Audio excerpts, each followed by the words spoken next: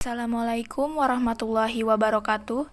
Selamat siang Bapak Mahmud Rudini, selaku dosen pengampu mata kuliah struktur hewan dan teman-teman semua yang hadir pada kelas pembelajaran struktur hewan di siang hari ini.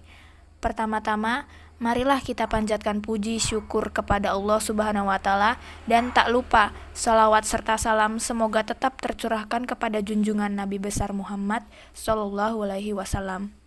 Baik, pada kelas siang hari ini kami dari kelompok 7 akan membahas materi tentang histologi mengenai tulang dan otot. Saya, Najwa Hasnanabila, sebagai moderator dan presentator pertama, bersama rekan saya, Siska Oktiwidiani, sebagai presentator kedua. Baik, langsung saja kita masuk ke materinya. Yang pertama yaitu ada histologi tulang. Tulang merupakan jaringan hidup yang strukturnya dapat berubah apabila mendapat tekanan. Seperti jaringan ikat lain, tulang terdiri dari sel-sel, serabut-serabut, dan matriks. Tulang memiliki sifat yang keras. Hal ini dikarenakan matriks ekstraselulernya mengalami klasifikasi dan mempunyai derajat elastisitas tertentu. Hal ini disebabkan karena adanya serabut-serabut organik. Selanjutnya di sini ada klasifikasi tulang.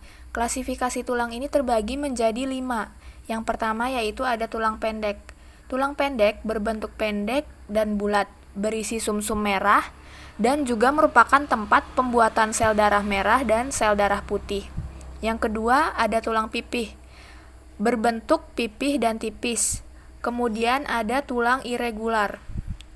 Tulang irregular tersusun atas selapis tipis tulang kompakta, dan di dalamnya terdapat tulang spongiosa.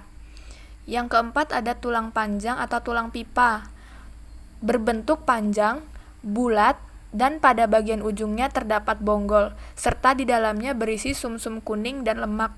Dan yang terakhir itu ada tulang-tulang sesamoid, adalah tulang kecil yang dijumpai pada daerah tendon-tendon tertentu, dan berfungsi untuk merubah arah tarikan tendo dan mengurangi friksi pada tendo sesamoid. Lalu ada jenis jaringan tulang. Ada 2 jenis jaringan tulang, yakni tulang kompakta atau dense bone dan tulang spongiosa atau cancellous bone. Tulang kompakta adalah tulang yang solid dan padat, sedangkan tulang spongiosa membentuk jaringan penopang dan piringan. Kedua struktur ini terdapat pada tulang, contohnya pada tulang humerus atau vertebrata. Sel tulang.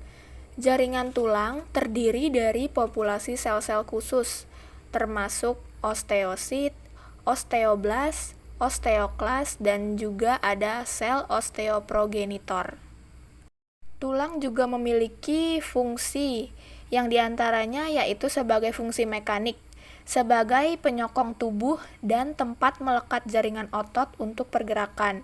Kemudian ada juga fungsi protektif, untuk melindungi berbagai alat vital dalam tubuh dan juga sumsum tulang belakang. Lalu ada fungsi metabolik, sebagai cadangan dan tempat metabolisme berbagai mineral. Dan yang terakhir, tulang memiliki fungsi hemopotik, yaitu sebagai pembentukan dan perkembangan sel darah secara anatomi. Selanjutnya yaitu ada histologi otot. Jaringan otot adalah jaringan yang tersusun atas sel otot yang fungsinya menggerakkan organ tubuh. Kemampuan tersebut disebabkan karena jaringan otot mampu berkontraksi. Kontraksi otot dapat berlangsung karena molekul-molekul protein yang membangun sel otot dapat memanjangkan dan memendekkan. Di sini ada beberapa fungsi otot, yaitu untuk menggerakkan organ tubuh, menggerakkan organ pencernaan, menggerakkan kerangka tulang, menggerakkan jantung sebagai keseimbangan tubuh, dan mengontrol pergerakan jantung. Selanjutnya ada 3 macam otot, yaitu ada otot polos. Jaringan otot polos memiliki beberapa ciri spesifik yang membedakan dengan jaringan otot lain.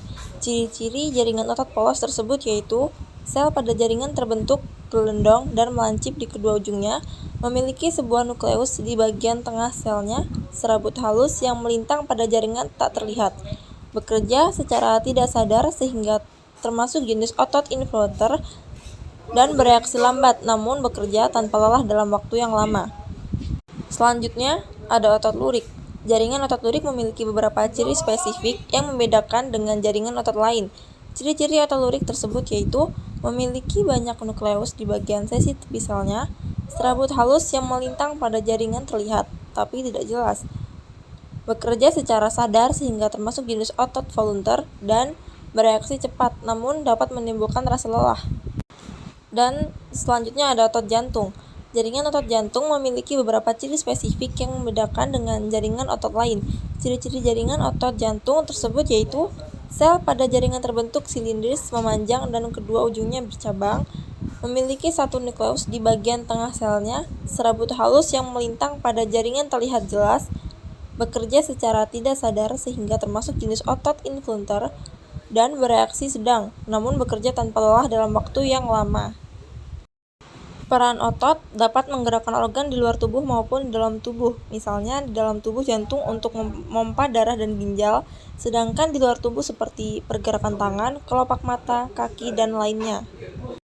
Baiklah, semoga pemaparan materi dari kami mudah dipahami dan mudah dicerna oleh teman-teman sekalian. Kurang lebihnya kami mohon maaf. Terima kasih. Wassalamualaikum warahmatullahi wabarakatuh.